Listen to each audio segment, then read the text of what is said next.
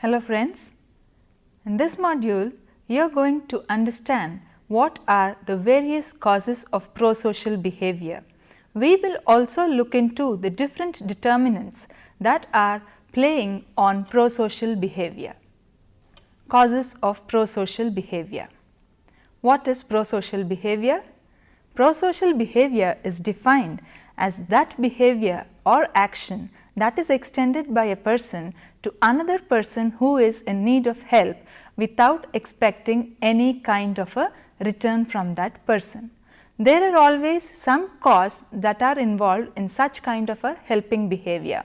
At times this cost might be high and they might be low. There is a general tendency that whenever the costs are high, the person may not help. He will refrain from getting involved in any kind of a situation. But when the costs of helping are low, he is bound to offer help to the distressed person. Because he has to stay in the society, he will offer this help. So, prosocial behavior is offered without any expectation of reward.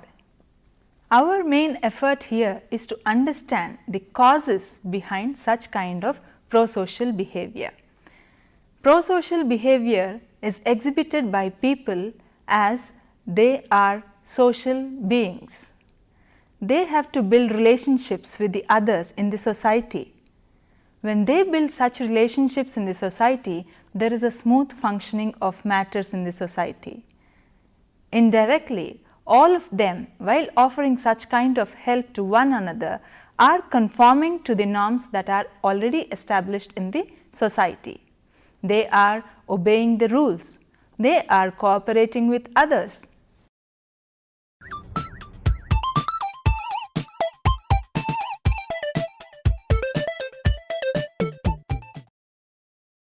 What is another main reason that causes prosocial behavior in people? It is self-interest. Self-interest is nothing but egoism. This occurs when there is a need to feed one's own image. Egoism facilitates prosocial behavior when there are reputational incentives involved. Let us take an example. A person donates a huge sum of money to a club or to a large symphony. What is he getting out of this? By doing so, there is a mutual benefit for the club as well as to the person. When he is offering such a huge amount, he would have spoken to the authorities there. Okay, fine, you name the hall after me. What is he getting out of it? He is giving them money, those people are getting helped, and then this man gets the hall named after him. So, there are two factors here. One is that he is offering help.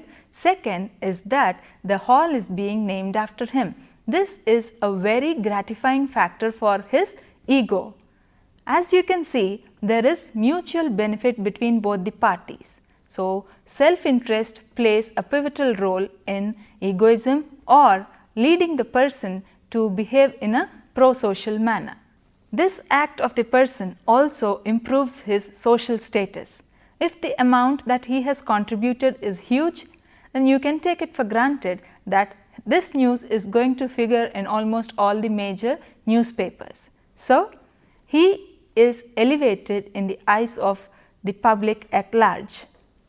Another reason why people behave prosocially is because of reciprocity.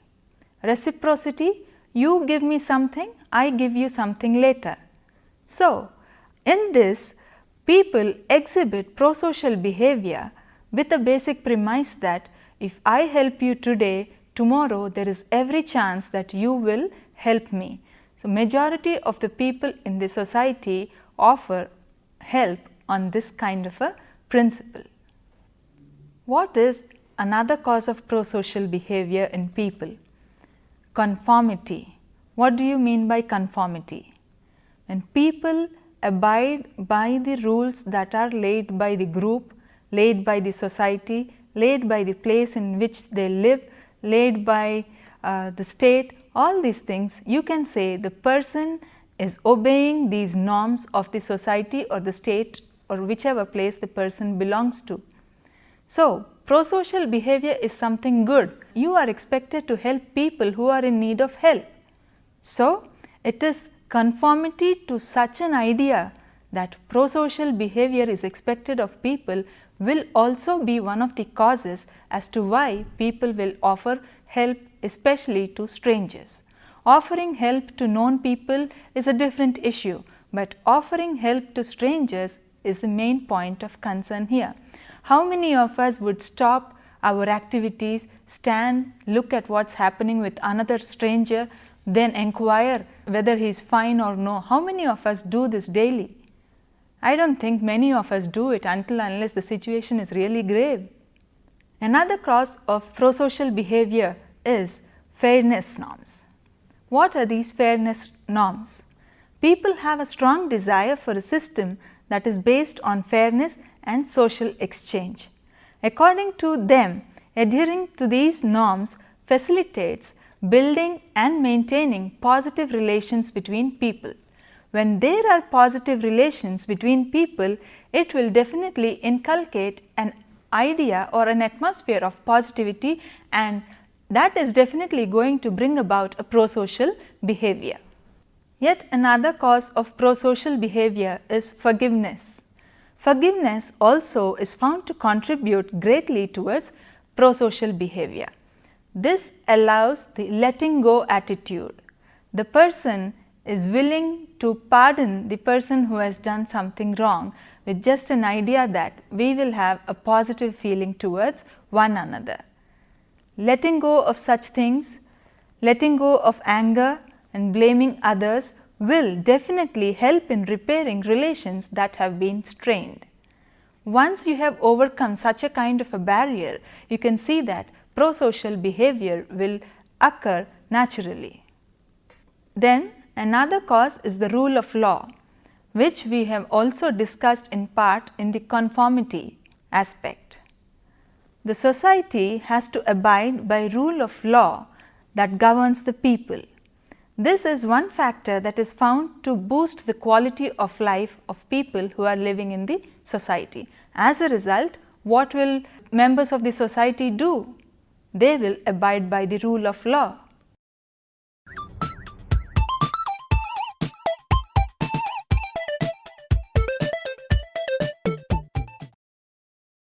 We have just now tried to understand what the causes of prosocial behavior were. Now, we will focus on understanding the various determinants of prosocial behavior. Why do people behave prosocially in different kinds of situations? Why do they not behave prosocially in some kind of situations? Well, there are three different types of determinants of such kind of a favorable behavior. We have the personal determinants, we have the situational determinants, and then we have the interpersonal determinants of prosocial behavior. We have understood that prosocial behavior is that kind of a behavior that is extended by people without having any kind of an expectation or of reward in return. Now, where can you find this kind of a behavior? Is it difficult to find? I don't think so. The moment you get on to Google, the moment you see Wikipedia, that is all prosocial behavior, because there are so many people collaborating into making Wikipedia the best place to find information. Barn raising is another such example of prosocial behavior. Then Bill Gates and Melinda Gates Foundation is another great example of philanthropic prosocial behavior. Coming down to learning more about the personal determinants of prosocial behavior, we will see that each one of us is different in our own aspects. Our characteristics are the ones that influence the way we behave. We may be friends. I may be going along with my friend on a sunny day morning, and then I might not offer help, but my friend might offer help. Why do you think such kind of a difference occurs in behavior? Because each one of us is predisposed in a different manner with the characteristics to offer help. There are various factors like personality, mood, background and competence that play when a person is trying to take a decision as to whether he will offer help or not. There are social standards, there are individual standards that are prevailing at the time when the person has to offer help. We also have the social responsibility norms that will drive us to act in such a direction that it is favorable and the person will offer help. And when the person offers help, he is bound to get a lot of reinforcement in terms that people will really appreciate the work he has done. How do you think mood is going to affect your prosocial behavior? Just think of a situation. You had a good scolding from your mom, you are in a grumpy mood, you have come out, you have seen a person in distress. Do you think what will be your reaction? Will you go and help the person? Will you have the time to think about his distress? You yourself are in a foul mood. Yes, so we can say that mood definitely has an effect on the way whether you behave or whether you react in a positive manner and offer help, or react in a negative manner and just don't get involved in the situation at all. A pleasant mood definitely facilitates interpretation of the situation in a sympathetic manner. When you are sympathetic to a person, there is always a chance that you will offer him help. Helping is a positive act, and this is enough reason to prolong the good mood. So, you are having a pleasant mood, you help someone, and by helping someone your mood gets better, you feel good about your own self. Good mood therefore increases self-attention, which in turn leads to behavior in accordance to the values and beliefs that you hold. You have been taught that helping others is good, your mood is good, you help others. So, your values and beliefs are further strengthened out of such kind of a behavior. What about the negative moods? It does not mean that you have a foul mood and you do not help. At times there are also situations where even if you are in a negative mood, you are more than willing to help. Why? Because you want to bring yourself out of that bad mood, you want to bring your own self out of distress.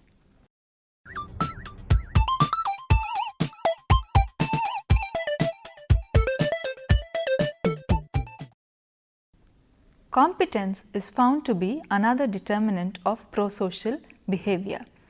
You are in a situation where a person is in distress and he needs help. If you think you possess the skills and are capable of giving him the required help, then there is definitely bound to be prosocial behavior. So, all those people who are high in the relevant skills are definitely going to provide help to the victims than those people who are doubtful about their own competency levels. Familiarity with the situation also brings about prosocial behavior. When there is ambiguity, when you do not know what has to be done, definitely you will not take a step forward to help the person in distress. When there is no ambiguity and when you are clear as to what has happened to the person and what is expected of you, you definitely are going to act in a manner that will be helpful to the person who is in distress. Attribution is also considered to be another important personal determinant of prosocial behavior. The potential helper will decide, that is, you will decide why you should offer help to the other person. You will see the situation of the person. Why is he like that? If he is a person who has fallen on the road because of consuming excess alcohol, will you stop by and help him? No, you will say that is his fate. Let him go the way he wants to. You will not stop there. So, if the condition of the person is due to something internal, then the likeliness that help will be extended is limited. But if you understand that the result of the person is because of some external factors, it is because of an accident, it is because of someone has mugged him up and he is fallen like that, definitely you will help, and if possible call the others also to offer help. Another major determinant that we will try to understand here is cultural factors. Does culture play an important role in determining the kind of prosocial behavior that will be exhibited by people? People are more likely to help those members who are there in their in-group rather than help people who are members of the out-group. You are bound to help those people who belong to your culture, who follow your tradition, than help those people who do not follow your culture and tradition. This is the kind of behavior that has been observed in general also. The same holds good for collectivist cultures too. People are more likely to offer help to people who belong to their culture and do not help those people who hail from other cultures. Let us try to understand what role does gender differences play in prosocial behavior. How do men behave towards strangers when offering help? How do women behave when offering help to strangers? Do women offer help to strangers at all? Let us take a look. Research has shown that men were more likely to behave prosocially in chivalrous and heroic ways. Women were more likely to behave prosocially in nurturant ways. Men are more likely to help in dangerous situations, and women are more likely to help in those situations where there is no threat at all, and they are more willing to offer help to their neighbors or an elderly relative rather than taking risk by offering help in dangerous situations. Men were more likely to help women than women helping men. Women were found to receive more help from men, and they were also the ones who sought more help than men. Batson identified 4 aspects that cause prosocial behavior in people. First one is egoism. Here the person helps and benefits out of helping. He gets something and he is also helping the other person. His self is satisfied in the process. Second one is altruism. Here the person offers help to the person in need without expecting any kind of a return. Third one is collectivism, where helping benefits only those people who are there within the group. Then we have the principalism, where people help because there is a moral imperative that is involved behind helping. Social norms and social pressures have been found to be the major causative factors of prosocial behavior. Honor is also found to be strongly associated with prosocial behavior, but at the same time shame is associated with selfish behavior. So, people who are generally looking out to elevate themselves in the society or want to have some more self-worth will definitely engage in prosocial behavior than in antisocial behavior. Introspection also is considered to be one of the main factors that will bring about prosocial behavior in individuals.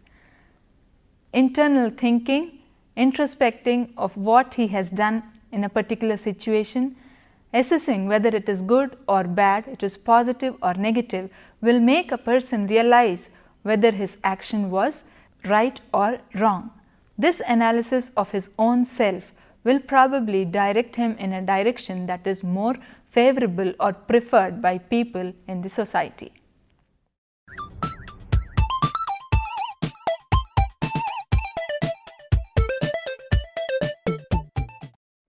For a quick recap, in this lesson, we have understood the different causes of prosocial behavior. We understood that people wanted to maintain some kind of an equilibrium to ensure that there was smooth running in the society, smooth running between themselves. So, whether it was a stranger or a known person, they did not hesitate to offer any kind of help.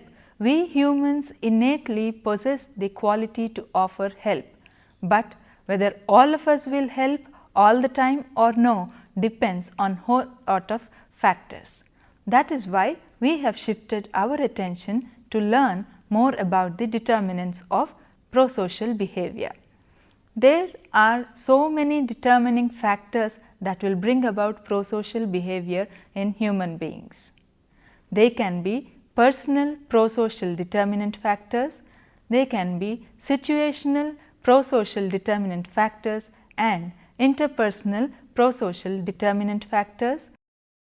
We focused on learning more about the personal prosocial determinants in this chapter. We understood that there were different individual characteristics that were responsible while we offered help to people in distress, and out of them mood was one of the major players that either acted in such a way that you went, sympathized with the person and offered him help, or you just backed out of the situation. Then we had the competence levels. Higher the skills a person possessed, more was the likeliness that he would go and offer help in a particular situation. If the person felt incompetent, he did not get himself involved in the helping process at all. Then there was the attribution factor we looked into. You will first analyze why the person is in a state of distress. If it is because of his internal mechanism of something, because he has done wrong with himself, then you are never moved to offering help. For example, if a person is a drug addict or an alcohol and falls on the road, hurts himself, you will say that was his fault, he drank, he got drunk and he fell like that. Why am I supposed to cut short my activity? Why am I supposed to go all out of my way and help him? So, it is conformity and then attribution that will act on your mind and help you decide whether you will offer help or not. We have also seen the role culture plays. We have also seen the role gender plays on influencing prosocial behavior. And what did we conclude finally? We said that men were more helpful. Men were helpful in their own heroic ways, in their own chivalrous ways. Women were helpful in their nurturant ways. It is not that women do not help at all, but women do offer help, but in a more safe and secure manner, because they are not the adventurous kind like the men.